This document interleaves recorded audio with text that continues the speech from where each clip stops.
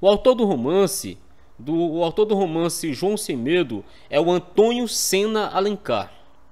Eis aqui, caro leitor, um maravilhoso enredo narrada em regra de 7 por um poeta torpedo. Se você apreciar, o caso que vou contar é a vida de João Sem Medo. João Sem Medo residia com seu pai de criação, que fora senhor de escravos no tempo da escravidão, filho de uma velha escrava, que com o mesmo morava antes da abolição. Não chegou a ser cativo por causa da abolição, mas no tempo da Lei Áurea não tinha mãe nem irmão.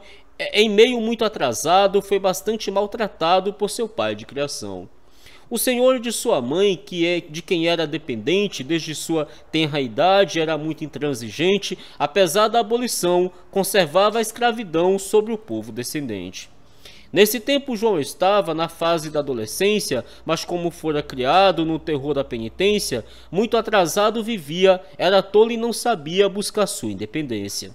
Viveu assim muito tempo depois da libertação, sujeito àquele senhor, como por obrigação, pelo qual era tratado como pobre e desgraçado com rigor e sujeição.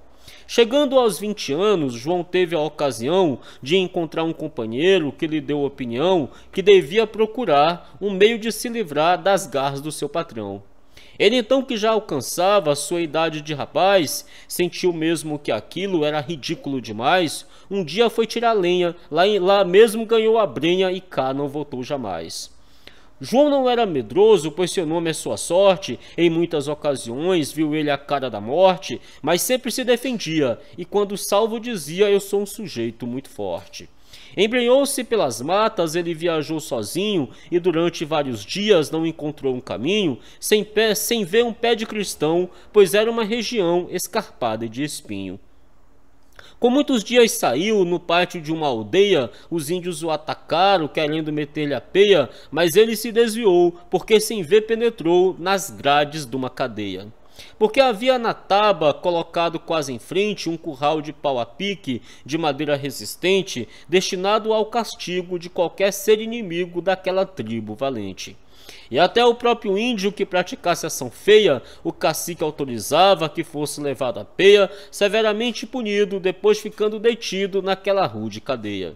E só saía depois que recebesse o castigo, ninguém brincava porque o cacique era um perigo, ali ninguém se saía e dessa forma fazia com qualquer um inimigo. Mas João Sem Medo, por sorte, dessa vez não apanhou, pois achando a porta aberta, por felicidade entrou, ele saltou lá no centro, fechando a porta por dentro, bem depressa atravancou. Os índios, muito espantados pelo gesto de João, deram parte ao cacique logo nessa ocasião, para que ele o julgasse e sobre o caso tomasse sua deliberação.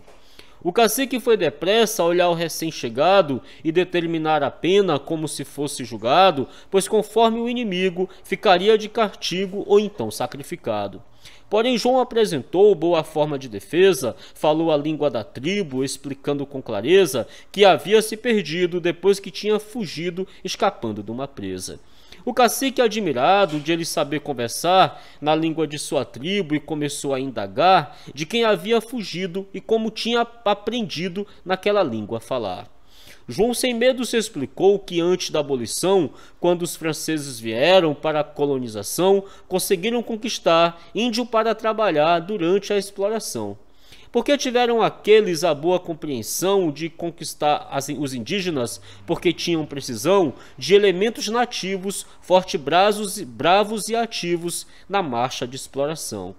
Assim puderam os franceses conseguir a união de índios de várias tribos até o escravo cristão. Dessa forma se uniram e dos mesmos conseguiram grande colaboração. E depois que os franceses foram expulsos do Brasil, os índios se espalharam ao todo mais de 1000, todos eles amansaram e por isso se tornaram um povo bom e gentil. E na casa do senhor, que com sua mãe fora escrava, existia um índio manso que com ele trabalhava e sabia muito bem aquela língua também que sua tribo falava. E com o dito caboclo vivera constantemente, e todo assunto com ele falava perfeitamente, e por aquela razão tinha bastante noção da língua de sua gente. Depois dessa explicação, que o cacique gostou, chamou um dos empregados, a este logo chegou, mandou libertar João, que saindo da prisão, muito contente ficou. Em seguida, o chefe índio fez um convite a João para ele lhe acompanhar até a sua habitação. Ele atendeu sem demora, seguindo na mesma hora com muita satisfação. Ele então levou João para o centro da aldeia e com João lá conversou até quase 5h30. Depois da conversação, passaram para o salão onde era servido a ceia. O cacique o convidou a fazer parte da mesa, ele já com muita fome aceitou com gentileza e para a mesa marchou, porém quando lá chegou ficou morto de surpresa. Pois não via no jantar nenhuma alimentação que já tivesse notado na casa de um cristão, tudo parecia incrível, que ele achou impossível servir-se da refeição. Em grosseiros vasilhames rudemente construídos, mais de 50 caboclos estavam sendo servidos de cobra sapurubu, largatixa e cururu, uns fritos, outros cozidos. João, para não comer essa comida indecente, queixou-se que se achava com horrível dor de dente, a mão no queixo botou, o cacique acreditou e não quis ser insistente. Depois do jantar, os caboclos fizeram reunião bem no centro da aldeia em grande conversação. O chefe se levantou e no terreiro ficou palestrando com João. O cacique perguntou se ele tinha a intenção de prosseguir a viagem à procura de cristão ou se queria ficar para na taba morar sob sua direção. Respondeu João sem medo que desejava passar para procurar cristão, pois tinha que trabalhar e já estava com pressa, porque tinha uma promessa que precisava pagar. João temeu que o cacique não o deixasse sair e para ter mais direito foi obrigado a mentir, pois estava sem comer e nesse triste viver não podia resistir. E pregando tal mentira, o cacique acreditou e chamando 2 caboclos a eles determinou que fossem na mesma hora fazer o seu bota fora e João os acompanhou. Viajaram o dia todo só por dentro do cerrado e quando foi à tardinha chegaram no descampado. Ali havia um baixio e mais distante um rio de um lado e outro habitado. Os índios pararam ali e disseram para João: o senhor pode seguir nessa mesma direção, acompanhando o baixio, e quando sair no rio há bastante habitação. Disso deles João se despediu e prosseguiu a jornada. Mais adiante saiu numa casa de morada, porém não viu movimento, porque naquele momento estava desocupada. João sem medo já estava desesperado de fome e disse: se eu demorar a comer mudo de nome, estando eu do meu jeito, achando o bocado feito, o diabo é quem não come. A fome estava tão grande que não lhe veio a lembrança que devia ter mais gente por aquela vizinhança. Antes de lhe vir a morte, falou João, quando a sorte não quer dar, a gente avança. Entrando de casa dentro, foi esbarrar na cozinha, porém a única comida que ali tinha era farinha. Ele foi para o terreiro, onde encontrou um ceveiro e pegou uma galinha. Uma galinha bem gorda, ligeiramente tratou, salgou-a e pôs no espeto e muito depressa assou. Começou ele a jantar, mas antes de terminar, o habitante chegou. Logo que o dono da casa foi chegando no terreiro, João sem medo saiu, parecendo índio guerreiro, com má gesticulação, o arco e flecha na mão e falando em estrangeiro. O habitante ficou assombrado com o fato e não procurou história, meteu os peitos no mato, dizendo: Nossa Senhora, se eu não caísse fora, ia morrer como pato. Foi-se ter com um compadre, contou-lhe todo o ocorrido, o qual ficou com o fato bastante surpreendido e tratou de ajuntar o pessoal do lugar para ver o desconhecido. Enquanto isso, João terminou seu jantar, pegou os trens e botou, cada qual em seu lugar, fechou a porta e saiu, e noutro rumo seguiu antes do dono chegar. Passou a noite trepado num galho de engazeira que havia à margem do rio, bem perto da ribanceira. Ali sofreu para chuchu com um grande canguçu rodeando a noite inteira. A árvore era espalhada de um formato mal feito, cujo tronco tortuoso prolongava-se de jeito que com tão grande desvio cobria parte do rio muitos metros sobre o leito. Justamente nesse ponto, João sem medo ficou, trepado sobre uma galha, de nada desconfiou, bem calmo no seu pernoite, mas antes da meia-noite, Dona Pintada chegou. A fera estava faminta e, enxergando João em cima da engazeira, achou boa ocasião de jogar o bote certo, porque se achava perto de uma boa refeição. João passou a noite toda vigiando esse animal, nem ao menos cochilou no galho do vegetal, e depois que amanheceu, ele aí reconheceu esse perigo mortal. Pois a onça estava embaixo, como que estabelecida, qual um faminto diante de um prato bom de comida, e ele em cima apertado, conheceu que havia entrado nesse beco sem saída. Olhava em torno de si, só via a dificuldade para baixo o largo rio da grande escabrosidade e cobra surucucu na beirada do canguçu com toda a sua maldade. Nessa hora João estava já quase fora de si, afinal não tinha um jeito de sair fora dali, fez ele o sinal da cruz, também disse: meu Jesus, que vim eu fazer aqui? Nessa hora um jacaré pôs a cabeça de fora, bem perto do canguçu, e esta na mesma hora no beiradão se jogou, mas o bicho mergulhou, deixando a onça caipora. Naquela cena João estava qual um desvairado, pela haste escorregou, no rojão desesperado, pisando na ribanceira, desenvolveu a carreira, pulava que só veado. O tigre, não conseguindo agarrar o jacaré, ocupou a posição em ligeira marcha ré. João, nessa dita hora, havia caído fora sem saber se ia a pé. A onça olhou para cima e não viu mais um sinal, olhou para trás e viu João entrar no matagal. Com a rapidez do jato, meteu os peitos no mato para dar o bote fatal.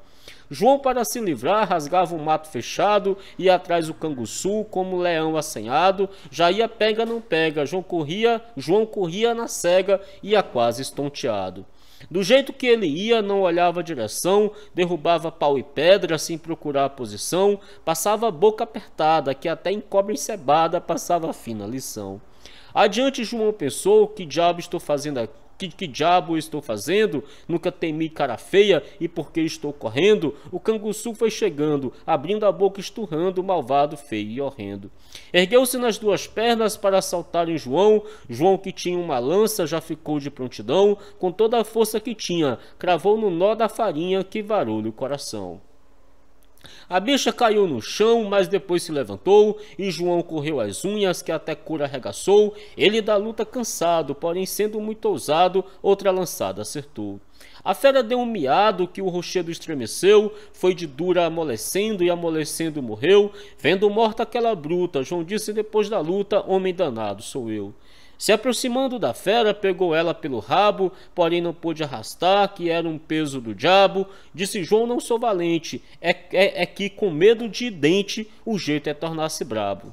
Naquela hora um vaqueiro esbarrou perto de João, até ficou descorado por ver a bicha no chão. Viu João todo arranhado, o mato todo assolado, ô pipineira do cão.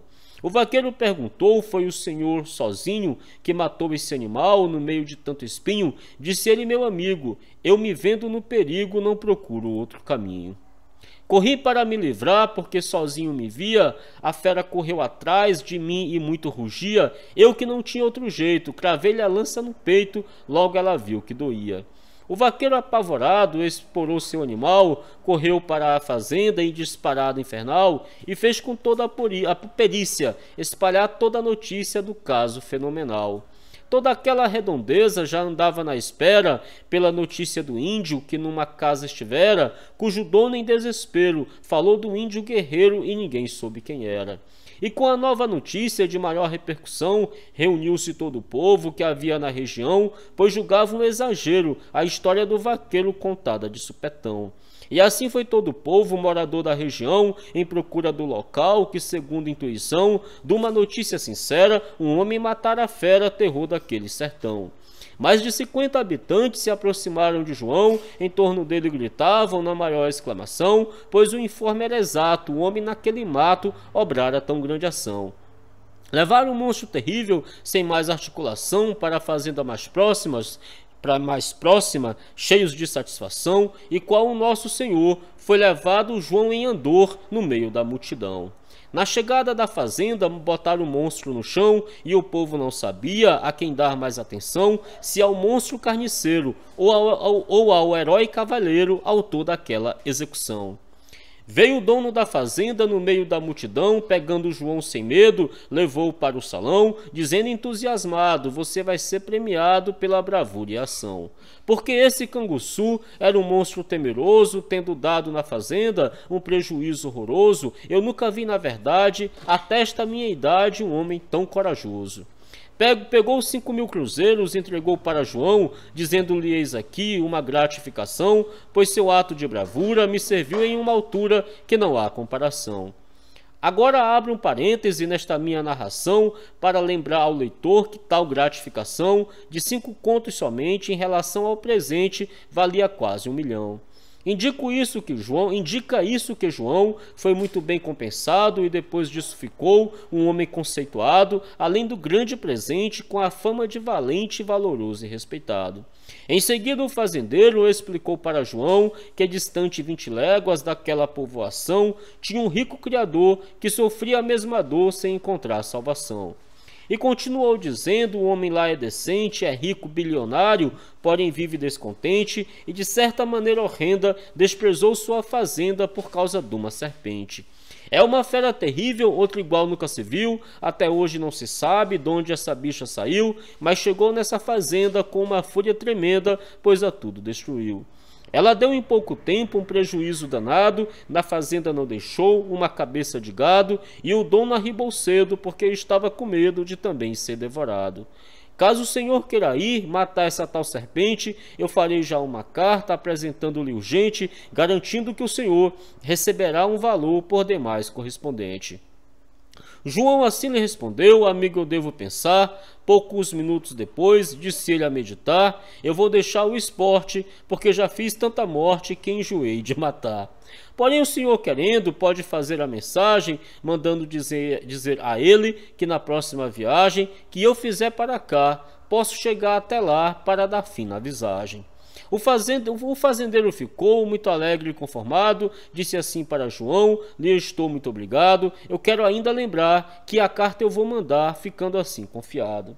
Disse João com seus botões: já bastou essa aventura, porque o tal canguçu eu me vi na dependura, pelo terror que passei, posso dizer que pisei na boca da sepultura. Pegou o mesmo caminho pelo qual tinha chegado, dizendo: vou procurar um lugar adiantado, onde não haja serpente, e possa viver contente, bem feliz e sossegado. Entretanto, o fazendeiro conservava em sua mente a esperança que João ia matar a serpente, fez depressa um portador na casa do tal senhor levar essa carta urgente. O fazendeiro na carta contava todo o ocorrido, da morte do canguçu e quem o tinha abatido, e que o mesmo valente ia matar a serpente, pois havia prometido.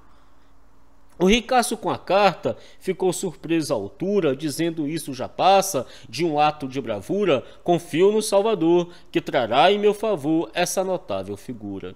João, com sua atitude de sair numa cidade onde pudesse viver sem ter dificuldade, não parava de andar, na esperança de achar a sua felicidade. Nos 6 dias de viagem, chegou à beira de um rio, num lugar desabitado e de clima muito frio, não podendo atravessar, nem conseguiu encontrar por fora qualquer desvio. Assim pegou um caminho que achava mais seguido, pelo beiradão abaixo, em seu rumo preferido, mas o caminho apagou-se, até que logo acabou-se e ele ficou perdido. Não havendo mais estrada, penetrou na mata fria, e nessa marcha João andou o resto do dia, passou a noite trepado, lembrando o fato passado, mas de nada se maldizia. Viajou o outro dia dentro de mata fechada, sem ver um pé de cristão, sem achar uma estrada que lhe desse uma esperança de encontrar sem tardança uma casa de morada. E assim passou 3 dias dentro de mata horrenda. No 4º dia de marcha enxergou uma vivenda no alto de um tabuleiro. Quando chegou no terreiro, viu que era uma fazenda. Falou na porta da frente para ver se via alguém, porém logo percebeu que não vivia ninguém. Ficando ali constrangido, ouviu enorme ruído que chegava do além. O tal ruído aumentava de forma impressionante no minuto que passou, deixando João ofegante, e para maior tortura, surgiu no pátio a figura do monstro repugnante. O monstro tinha o formato de um touro agigantado, com a tromba de elefante e cupim muito inclinado, alto grosso cabeludo, um chifre central agudo com couro preto acinzentado. Disse João: um monstro desse só pode ser o diabo, mas minha lança é ligeira, mais fina do que quiabo, corta chifre e o cupim, quebra o dente com o lumim e arranca os ossos do rabo. O monstro estirou o pé em cima do João sem medo. Ele era um homem médio e o bicho era um rochedo, dava de garra e de dente, vomitava fogo ardente, cada patada um torpedo. Deu um rugido terrível que a serrania gemeu. Se tinha onça ali perto, nisso desapareceu. João botou o pé na frente, disse: monstro renitente, duro com duro é mais eu. E aí a lança comeu, que foi terrível novelo. De João a fera arrancava maçarocas de cabelo, até que ele se aprumou. Do grande monstro arrancou o osso do cotovelo. O monstro, já caxingando, chegou perto de João, ligeiramente abaixou-se e lhe pegou no dedão, deu-lhe tombo tão danado que o pobre descontrolado quase lança o coração. Mas não fez falta na luta e também não deu cavaco, correu a lança no bicho, bem na cova do sovaco, que o bicho deu um grunhido, pondo fogo denegrido daquele grande buraco. O monstro estirou a asa, pois se achava no perigo. João mandou-lhe outra lançada, bem na roda do umbigo. A fera quase morrendo, para João foi dizendo: não me mate, meu amigo. João lhe disse: eu não atendo pedido nem ladainha, da maneira que eu estou, desgraço a mãe da morrinha. Se você me achasse mole, me deixava como fole, não poupava a vida minha. O monstro foi expirando, morreu logo de repente. Era metade de bicho, porém metade de gente. João até se assustou, dizendo que me informou, não disse que era serpente. Depois dessa fera morta, apareceu um vizinho que daquela redondeza conhecia direitinho. Foi chamar o fazendeiro. Espalhando esse roteiro, houve assombro e burburinho. Veio o dono da fazenda e o povo da redondeza. Ao chegarem viram um monstro no chão com a perna tesa. Ainda morreu muita gente só em ver essa serpente que era contra a natureza. Os mais velhos do lugar disseram que aquela fera foi um moço que matou a mãe e pôs na tapera. Depois ele se sumiu, foi no tempo que surgiu esse mais do que pantera. Disse o dono da fazenda: seu João, não posso pagar esse grande sacrifício que acabo de observar. Tome 1 milhão de cruzeiros, um rebanho de carneiros e uma jovem para casar. Eu já estava informado de sua coragem imensa por uma carta que tive, e hoje com a presença, hoje não tenho mais nada, mas se isto lhe agrada é a sua recompensa. João assim lhe respondeu: patrão, eu não vim ganhar, saí pelo mundo afora, minha sorte aventurar, encontrei o precipício, mesmo com o sacrifício, devia eu enfrentar. Começou a chover aqui, pessoal, no telhado. Dei-me qualquer nota, porque quero viajar, me dispus correr o mundo, até que velho ficar, porém enquanto sou moço, sinto meu cangote grosso, não desejo me aquietar. O velho pegou um burro e lhe deu bem arreado, deu um pacote de notas, dinheiro sem ser contado. Disse João: eu desejava, você aqui se casava, vivia bem ao meu lado. Senhor, quanto ao casamento, João assim lhe respondeu: só casaria algum dia, se for por destino meu. Só tomarei uma esposa, se ainda achar uma coisa para fazer medo a eu. A filha do dito homem, morena muito bonita, ouvia toda a conversa e ficou bastante aflita, pois desejava casar, e João ia viajar, aventurar sua dita. Já quase na despedida, começou ela a chorar, pois dizia: um moço desse nunca mais eu vou achar. Moço nobre e corajoso, belo e contencioso, é ele mesmo, é singular. João lhe disse: minha dona, você muito me merece, gostei de você bastante e o meu coração padece, porém digo sem segredo, enquanto não tiver medo, casamento me aborrece. Ela disse: espere um pouco, quero lhe dar um presente, nem que não tenha interesse, pois de tudo estou ciente, este presente no fim, acho que lembras de mim, que no mundo sou vivente. Foi assim atrás da casa, pegou uma cordoniz, pôs dentro de uma caixinha e, se julgando feliz, entregou a João sem medo, dizendo: amanhã bem cedo, com este doce, coma amanhã bem cedo este doce que eu fiz. Não é brinde de vantagem, mas é uma lembrancinha, lá bem longe na estrada, sirva esta comidinha, lhe dou de bom coração, pois com terna gratidão verterei pranto sozinha. Despedindo-se João de todo o povo dali, mostrou a estrada ao burro que fora criado ali, viajou todo esse dia, beirando uma serramia plantadinha de pequi. Muito adiante ele viu um vulto lá na estrada, era um negrão que já vinha de cacunda apetrechada, clavinote e uma garrucha, que só servia para bucha a metade de uma almofada. João ali pensou consigo, não vou só neste deserto, porque vejo um semelhante que já vem chegando perto, mas o negro era bandido, era um sujeito perdido, errava para dar certo. Foi chegando, foi dizendo para João desta maneira: dai-me o dinheiro, bandido, ou verá a tua caveira. Dizendo assim apalpava um gatilho e apontava para João a cartucheira. Disse João: meu amiguinho, não vou morrer por bobagem, dinheiro levo pouquinho, mas nos dá para a viagem, está na capa da cela, uma joia muito bela, o senhor terá vantagem. Desceu apressadamente, emparelhou-se com o burro, o preto se descuidou, recebeu tão grande o murro, que o seu queixo desmanchou, o pau da venta achatou, apenas só deu um urro. Ali o negro ficou debruçado comendo terra. João montou-se no seu burro, descambou morros e serras. João sem medo disse então: na frente de um batalhão eu vencia toda a guerra. Logo perto de uma guarda, João sem medo deu a fome, pensou se naquela caixa tinha coisa que se come, recordando-se da luta que nessa caatinga bruta tivera com o lobisomem. Abriu a tampa da caixa, pensando em encontrar almoço, a cordoniz bateu asas, voou com grande alvoroço. João tomou um grande susto, só depois de muito susto terminou seu abroço. As carnes de João tremiam como quem sofre maleita, ele que não tinha medo tivera daquela feita, disse ele: vou voltar, com a jovem me casar, porque não uso de treta. Foi de volta na estrada e chegando na fazenda, falou ao proprietário: o senhor me compreenda, venho aqui para apelar, um presente singular e a mesmo de encomenda. Aí contou todo o caso, que foi fazer refeição e a comida papelou, voando de supetão, e dizia sem segredo que tivera tanto medo que deu frio de sezão.